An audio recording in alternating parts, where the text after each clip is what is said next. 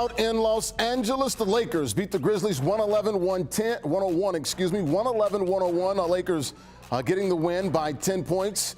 They lead that best-of-7 series now 2-1. A big game from Anthony Davis. AD a double-double, 31 points and 17 rebounds. AD playing like a top 5 NBA player. Saturday night, LeBron James came out with that look in his eye. Got things going. Of course, we know about the chirping back and forth between he and Dillon Brooks. Actually, just one-sided from Dillon Brooks. Not a lot said by LeBron James. Let his game do the talking. He had 25 and 9. Ja Morant had 45. A big fourth quarter, but not enough. Grizzlies were down 18-2 to start the game and really never got any closer than that. Down by as many as 29. Lakers win game 3, 111-101. They lead this best-of-7 series 2-1 over the Grizzlies. All right, let's go ahead and bring in Colin Ward-Henninger, CBS Sports NBA writer. And Lakers, wow, came out on a fire, hotter than the Sahara there, Colin, to begin the game. And LeBron James, it harkened back and reminded me of LeBron like 2012 against the Celtics in Game 6 when he dropped that 45. He had that look in his eye, Colin. What did you make of LeBron James and how he came out knowing the back and forth that he and Dillon Brooks had, or actually Dillon Brooks had with him leading into Game 3, and how good the Lakers looked Saturday night?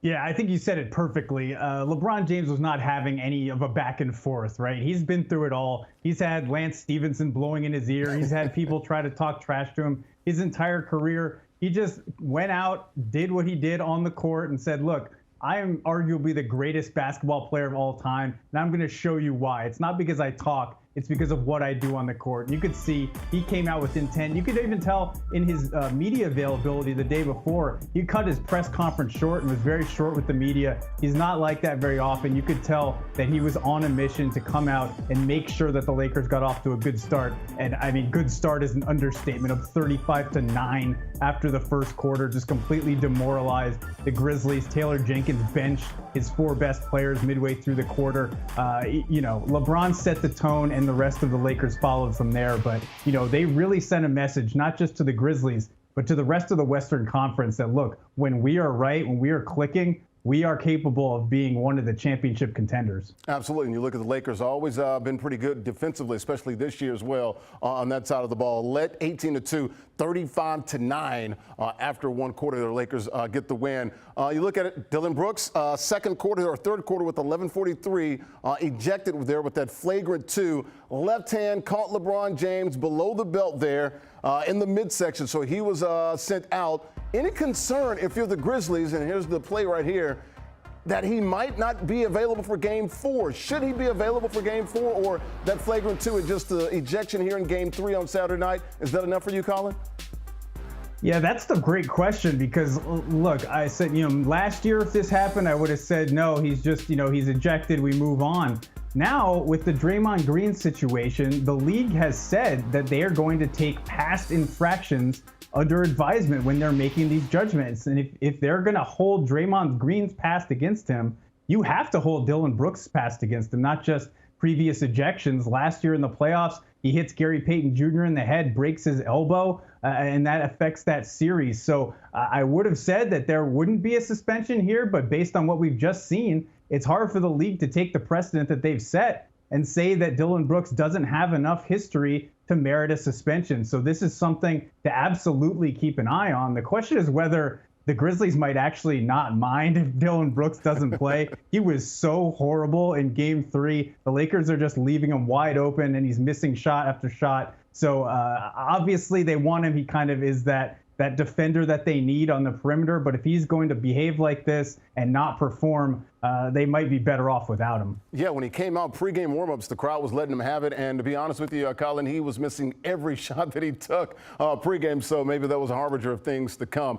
Look, we look at this young, brass, Memphis squad, Grind City. We get all of that 901 Tennessee. That's my home state. So I understand what it's all about there in Memphis, Tennessee, when I like to call it Funky Town. But a lot of trash talking from this young team. Really hasn't done a whole lot.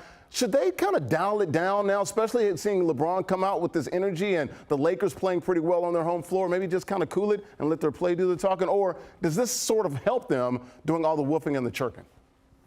Yeah, it's really hard to say. I can say that teams and players around the league are tired of the Memphis Grizzlies act. They don't think that they have earned the right to talk all this trash because they really haven't won anything. And I know that gets on the nerves of other players and they kind of, throw their hand at it or roll their eyes at it.